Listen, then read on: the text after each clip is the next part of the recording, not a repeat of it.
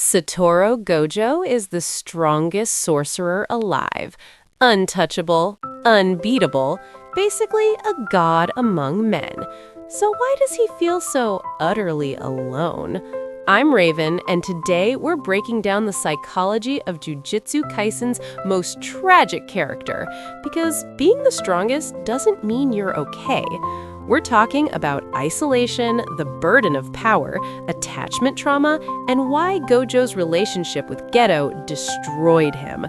Stick around because I'm revealing which mental health condition Gojo's behavior actually matches. And JJK fans, you're not ready for this. Let's get into it. Let's start with the obvious. Gojo is literally too powerful for his own good. When you're born as the balance of the world, that's not a flex, that's a curse. From childhood, Gojo was treated as a weapon, not a person. His value was in his power, not in who he was. This creates what psychologists call conditional worth. You're only valued for what you can do, not for existing. Every relationship becomes transactional. People don't see you, they see what you can do for them. Gojo's constant playful demeanor, that's a defense mechanism. If you never let people see your pain, they can't use it against you. He jokes, he teases, he acts untouchable, because the alternative is admitting how deeply lonely he actually is. Now let's talk about Satoru Gojo, the one person who saw Gojo as human. In psychology, we call this a secure attachment figure. Geto was Gojo's equal, his best friend, the only person who understood the weight he carried. They were the strongest together.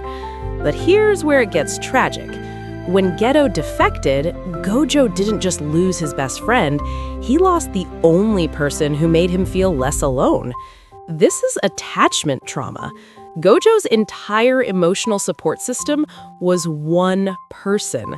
And when that one person chose a different path, Gojo's world shattered. The fact that Gojo couldn't kill Geto when he had the chance, that's not weakness, that's unresolved attachment. Even years later, Geto's body being used by Kenjaku literally paralyzed Gojo because that attachment wound never healed. So, what does Gojo do with all this trauma? He becomes a teacher. And here's what's brilliant. Gojo's entire teaching philosophy is about preventing what happened to him. He's raising strong allies, so no one has to be alone like he was. Look at how he protects Yuji, even when the higher-ups want him dead. He saves Megumi over and over. He mentors Yuta. He's creating a generation where strength doesn't equal isolation. This is called reparenting in therapy. You give others what you never received. Gojo's trying to heal his own childhood wounds by ensuring his students don't suffer the same fate. But here's the problem. He's still carrying everything alone.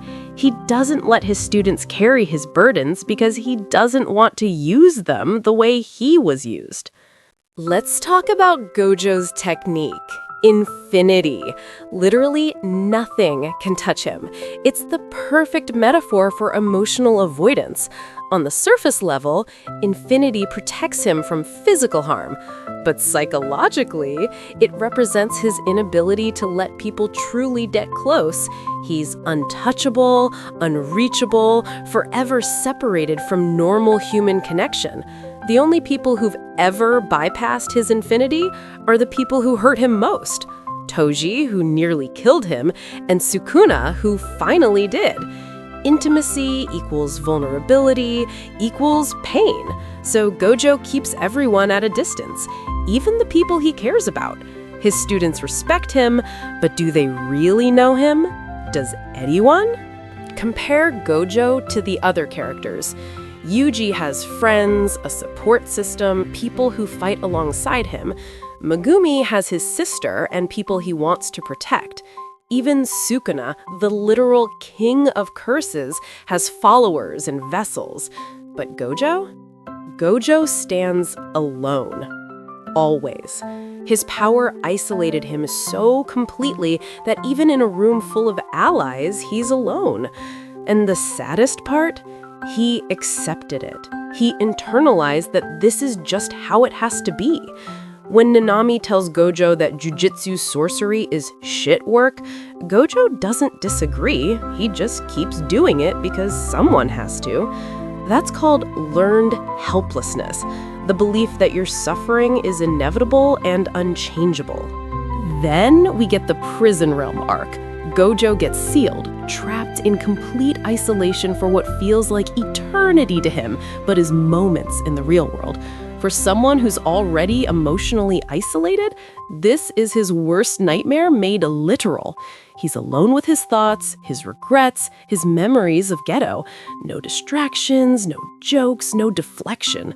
Just Gojo facing everything he's been avoiding. And when he finally gets out, the world moved on without him. His students grew stronger without him. They didn't need him to save them anymore. For someone whose entire identity is being needed as the strongest, that's an identity crisis. Who is Satoru Gojo if he's not the one everyone depends on? The Gojo versus Sukuna fight is the most important battle in the series, but not for the reason you think. Gojo finally gets to fight someone at his level, someone who can actually challenge him. For the first time in years, he's not holding back. He's not protecting anyone. He's not the teacher or the strongest. He's just Satoru Gojo, fighting for the thrill of it. And he's smiling, genuinely smiling, because for those moments, he's free. But then he loses and dies. And his last thoughts? He wishes Sukuna understood him. Even at the end, Gojo was seeking connection, seeking to be understood. He dies the way he lived, powerful, lonely, and wishing someone could see him as more than just the strongest. So, what mental health condition matches Gojo's behavior?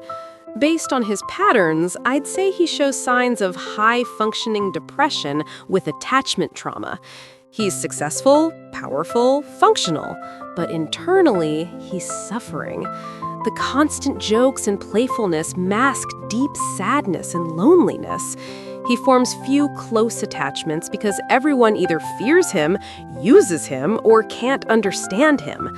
The one person he attached to, Geto, left, causing unresolved grief and attachment wounds. He overworks himself in a role where he's needed, but never truly seen. He intellectualizes his emotions rather than processing them. And he's accepted his isolation as inevitable.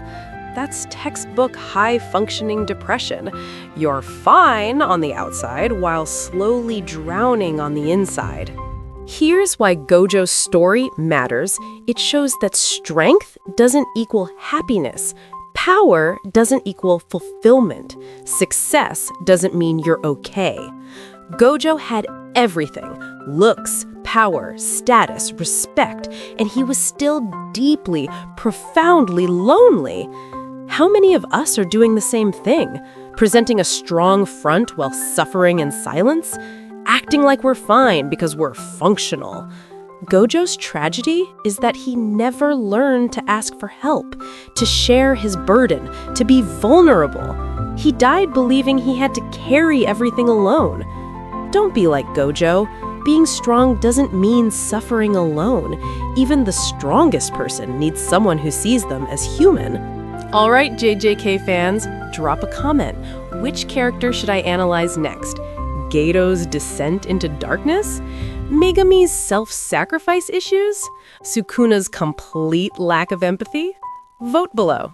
Subscribe because I'm breaking down the psychology of anime characters every week, and trust me, we're just getting started. Next up might be Attack on Titan or Chainsaw Man. You decide. Remember, even fictional characters can teach us real lessons about mental health. I'm Raven, and I'll see you in the next breakdown. Stay strong, but don't stay silent. Bonus thought. If Gojo had gone to therapy, could he have been saved? Probably.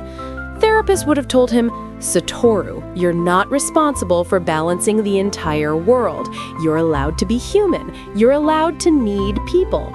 But this is anime, so therapy doesn't exist, and everyone just traumatizes each other instead. R.I.P. Gojo. You deserved better.